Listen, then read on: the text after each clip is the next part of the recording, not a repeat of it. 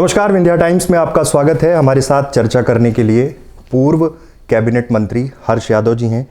रीवा के पर्यवेक्षक हैं। रीवा की जिम्मेदारी है निकाय चुनाव को लेकर। सर, इस बार क्या क्राइटेरिया है निकाय चुनाव में टिकट वितरण को लेकर? देखिएगा, स्पष्ट है, हम लोग की नीति है कि वो जमीनी कांग्रेस कार्यकर्ता जो कहीं ना कहीं लंबे समय से पार्टी का झंडा लेकर पार्टी का काम कर रहे हैं जी, जिन्होंने 15 वर्ष की भारतीय जनता पार्टी के कार्यकाल में डंडे भी खाए, झंडे और जेल भी जाना पड़ा, केस भी लदे, ऐसे चिन्हित लोगों को हम आगे लाएं। साथ ही जीत की तो बात होती है कि जीतने वाला हो, और निश्चित रूप से मेरा ऐसा आकलन है कि पूरे मध्य प्रदेश में जब से भारतीय जनता पार्टी का सरकार बनी है, ख़ासतौर से ये शिवराज सिंह जी का चौथा कार्यकाल लोगों ने महसूस किया है, क्योंकि लगातार 15 साल का कार्यकाल, 15 महीने का कमलनाथ जी का कार्यकाल और 9-10 महीने का शिवराज सिंह जी का कार्यकाल, लोगों ने महसूस किया है एक कोरोना का संकट काल में कि निश्चित रूप से एक ऐसा व्यक्तित्व जिसकी लंबे समय से लोगों की उम्मीदें थी, जिनकी उम्मीदों पर कमलनाथ जी ने काम करने का प्रयास किया था, उनको हटाकर भारतीय जनता पार्टी ने बेहद गलती की है। ये बात अलग है कि बाई इलेक्शन में, उपचुनाव में मैनेजमेंट के माध्यम से किन कारणों से चुनाव जीते, वो तो अलग विषय है। ये लोगों ने सरकार पुनः मजबूत कर ली, मगर स्थानीय निकाय में यही जनता, मध्य प्रदेश की जनता एहसास कराएगी कि इसका हिसाब बराबर होगा। और निश्चित रूप से संकेत है ये बात की कि कमलनाथ जी के नेतृत्व में एक बार पुनः ये हमारा सेमीफाइनल चुनाव है, 2023 का चुनाव जो है, एक बार पुनः हम लोग कमलनाथ जी के नेतृत्व में जीतेंगे और मध्य प्रदेश में पुनः कमलनाथ जी की सरकार बनेगी। रणनीतियों की बात होती है, बीजेपी का संगठन, इस चीज़ को कई बार ऐसा लगता है कि पीछे से ये एक्सेप्ट भी करना पड़ता है कि बहुत मजबूत संगठन के तहत वो लोग काम करते हैं। आप लोग सरकार में आने के बाद संगठन को मजबूत करने की दिशा में क्यों नहीं बढ़े? उसका भी एक कारण था, एक नाराजगी कार्यकर्ताओं की भी समझ में आ रही थी। देखिएगा, हमारे नेता कमलनाथ जी हर समय ये बात कहते हैं, सब पार्टी के वरिष्ठ नेता बैठे हैं, बाई इलेक्शन में भी कहते थे और आज भी ये बात कहते हैं कि हमें भारतीय जनता पार्टी से लड़ाई नहीं है। कमलनाथ जी ये बात कहते हैं कि हमारी लड़ाई भारतीय जनता पार्टी से नहीं, भारतीय जनता पार्टी के संगठन से लड़ाई है। ये बात हर समय कमलनाथ जी कहते हैं। और एक बात और मैं कहना चाहता हूँ, आपको रिपीट करना चाह रहा हूँ कि कमलनाथ जी के नेतृत्व में जब प्रदेश अध्यक्ष के रूप में हमारे मध्य प्रदेश में आए कमलनाथ जी, उन्होंने पहली बार संगठन को बेहद मजबूत करने का प्रयास किया। बेहद इसलिए कह रहा हूँ कि मंडलम सेक्टर से लेकर बूथ लेवल की कमेटियों का गठन पहली बार कमलनाथ जी के नेतृत्व में हुआ। और जहाँ तक सत्ता और संगठन के लोगों में समन्वय की बात है, उनको भागीदारी की बात है, निश्चित रूप से बहुत कम समय मिला मध्य प्रदेश सरकार को में काम करने का। उसी बीच में लोकसभा चुनाव की आचार संहिता रही, उसके बाद भी हमने अपनी पार्टी के लोगों को कहीं ना कहीं समाहित करने का प्रयास किया है कमलनाथ जी ने।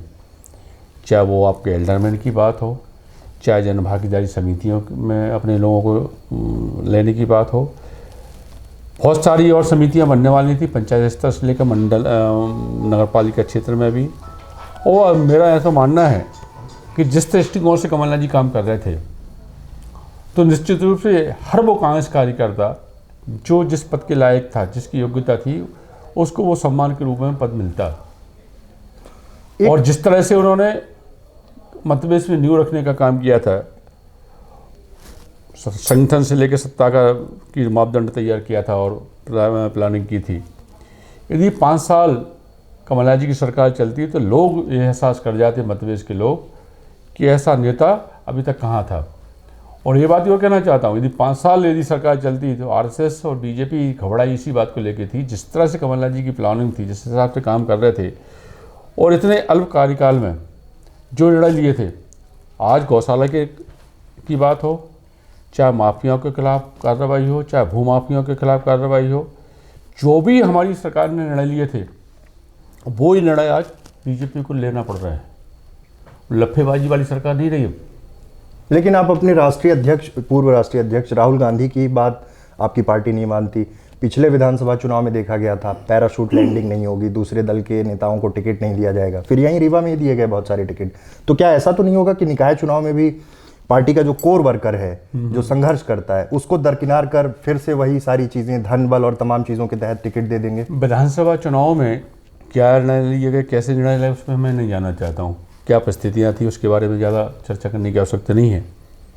हमारे इस बार कमलनाथ जी का स्पष्ट दृष्टिकोण है कि जो निर्णय होना है वो जिले में होना है, भोपाल में निर्णय नहीं होना है। चाहे वो पार्षद का निर्णय हो, चाहे नगर पालिका के अध्यक्ष का निर्णय हो, चाहे नगर परिषद के अध्यक्ष का निर्णय हो, चाहे महापौर का निर्णय हो।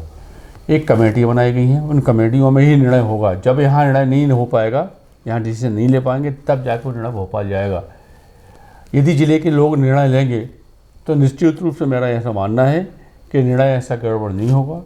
जो आप बता रहे हैं पैराशूट वाली बात है, वो नहीं होगी।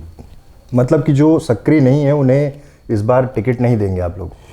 जब जिले के लोग निर्णय लेंगे तो मुझे नहीं लगता कि जिले के लोग, उस क्षेत्र के लोग ऐसे गलत डिसीजन लेंगे कि अपनी दल को नुकसान भी करें, अपने गांव को भी नुकसान करें, अपने क्षेत्र का भी नुकसान करें।